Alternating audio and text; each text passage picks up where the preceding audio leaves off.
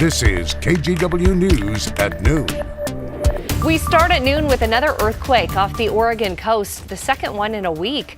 Officials say no tsunami threat after a 5.9 quake struck about 190 miles west of Coos Bay. This happened just after 8 this morning. So far, no reports of any injuries or damage. This comes, though, 1 week after a magnitude 6.3 quake hit west of Bandon.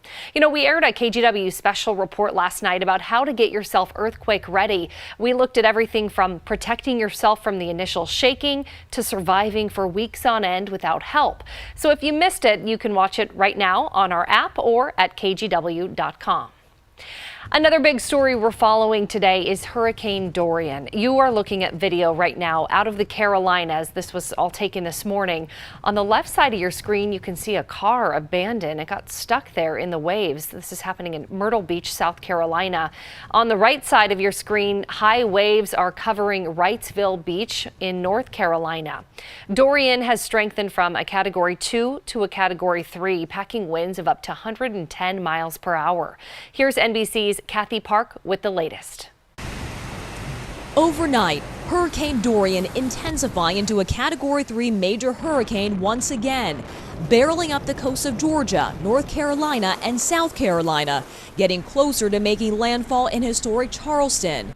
Storm surge flooding and huge power flashes from high winds, damaging power lines and expected to dump between 15 to 20 inches of rain. We're kind of in the thick of the storm right now, but I'm so proud of our citizens. They're mostly staying inside and staying put, and they need to continue to do so until this storm passes. After devastating the Bahamas, Dorian gradually tapering off the Florida coast. Outer rain bands now pushing farther into the coast of the Carolinas, causing flooding that will only worsen, threatening homes, businesses, and beaches. The rainfall is so heavy at times, we saw it dump anywhere between 1 to 2 inches per hour. And as the storm marches its way up the coast, it packed quite the punch here in the Low Country. Kathy Park, NBC News, Charleston, South Carolina. Want to check in now with meteorologist Rod Hill. Rod, wow, her voice, you could hardly hear her with all the wind there. Yeah, no question. This is the closest that the storm has been to the U.S. mainland, and because of that, it's producing the roughest of conditions. So here we are. Again, the storm has left Florida behind, left Georgia behind. Charleston, South Carolina, the eye right here, where you can see on the radar, pretty well defined. It's about 60 miles out to sea. Now, Charleston, I just checked. They are currently reporting a temperature of 75 degrees, heavy rain, winds gusting to about 40. That's not horrible, and they've only picked up about 1.75 inches over the last 6 hours, which is really nothing to write home about. So despite the radar, the rain amounts haven't really been that big when you get just inland. There have been some reports, and Air Force Base reported a gust inland of 85 miles per hour. There's no reason to believe it's going to worsen in South Carolina. In fact, the storm track over the next 24 hours moves the hurricane quickly up into North Carolina. Here it is tomorrow morning at 8 a.m. East Coast time, 5 o'clock our time, as it's still a Category 2 storm with winds of about 100 miles per hour just off of Cape Hatteras, North Carolina. Then after that, the storm goes ahead and moves out over open waters and really shouldn't be much of an impact except for some high surf on the back side of it. But if this is the worst that it's going to get, I mean, the worst is going to be between now and let's say noon tomorrow as it moves up into North Carolina. We may have dodged a big bullet. I haven't seen any reports of anything horrific, just flooding along the coastal areas, and those areas mostly evacuated or boarded up and well protected. Back to you. All right, Rod, thank you.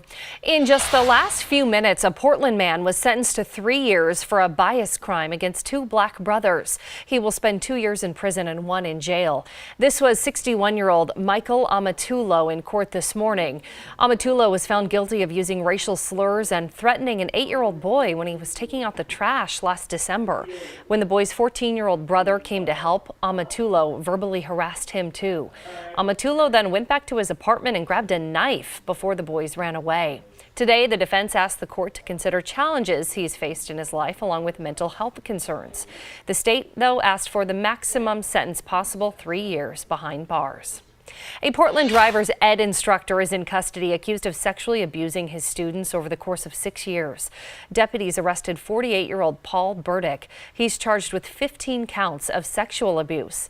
Burdick worked at Portland Community College's Rock Creek campus.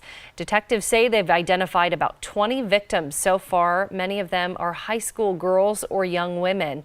Detectives think there could be more victims. Well, we're tracking some national headlines this afternoon. Michigan State University will have to pay $4.5 million in fines for its handling of the Larry Nassar sexual assault scandal. The Education Department said the university failed to properly respond to complaints of sexual abuse against Nassar. Nassar is a former sports doctor at Michigan State and also worked at USA Gymnastics. He's serving life sentences for abusing dozens of girls and young women under the guise of providing them medical treatment. Major automakers are teaming up to develop technology to fight hot car deaths. General Motors, Ford, and Toyota, just a couple of the big names that have all agreed to equip all U.S. vehicles with technology by 2025. The system will include audio and visual alerts. So far this year, 35 kids have died after being left in hot cars. Newly released aerial footage shows a huge wildfire in Southern California. The so-called Tinaja fire has burned nearly 1,400 acres in Riverside County, just north of San Diego. People living nearby are under evacuation orders. The fire started Wednesday from a lightning strike. Those are some of your national headlines on this Thursday. Well, October 1st marks 4 years since the deadly shooting at Umpqua Community College in Roseburg. In the past, the communities put on a run to honor the victims, but this year they had to cancel it. They just didn't have enough volunteers to staff it. A lot of people were disappointed, so in response, organizers say they will hold a gathering instead at Stewart Park. It's set for September 28th at 9 a.m. That's when the run was supposed to happen. Organizers say anyone is welcome. Well, check out these photos. Police say an alleged drunk driver smashed through this bike shop in Northeast Portland. It happened at Cat 6 Cycles on Monday. Nobody got hurt. Police did arrest, though, 23-year-old Leon Willis Flowers for multiple charges, including felony DUI. This year, thieves have stolen nearly 4,000 cars in Portland, according to police. The odds are not many thieves left behind photos of themselves, right? But it's possible that we have some selfie-taking car thieves on the loose. Catherine Cook explains. Here's a weird one. Some might call it legendary. Others? Stupid. It starts with the Williams family's 1995 Jeep Cherokee. We named it Stanley. Parked outside their house on Southeast Harrison. The Jeep was stolen. We were so sad because I had just gotten my license. I didn't even have the chance to drive it yet. Happened last month. Joe Williams filed a police report. A few days later, an officer called. They'd found Stanley a couple miles away. The engine was running, the windshield wipers were on, and so was the heater. But no trace of the crooks. Or so they thought. There was a disposable camera in there. Sam Williams had kept it in the glove box. I'd been wanting to get developed for a while because me and my friends had taken pictures on it all summer. This week, they got the pictures back. Me and my friends saw them and we were dying. We were I can't wait until we get back to my house to tell my dad. And so I walked in and I was like, Dad, you're never gonna guess what's on the camera. And so of course I got nervous. I thought it was something bad I did. But luckily it wasn't. Luckily it was the criminals. Whoever these people are, this family doesn't know them or what they were doing in the car. Police haven't named them as suspects.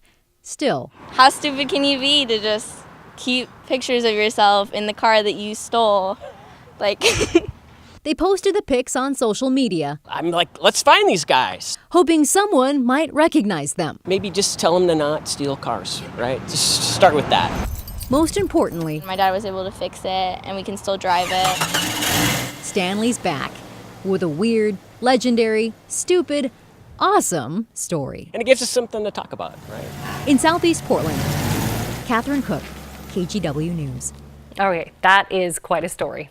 We are just days away from the kickoff of Sunday Night Football, but you don't have to wait until the weekend to catch the NFL action. In just a couple hours, the Chicago Bears and Green Bay Packers will face off for the first game of the league's 100th season. Chicago and Green Bay represent one of the league's all-time best rivalries, so if you want to watch, kickoff is at 5:20, and you can watch the game right here on KGW.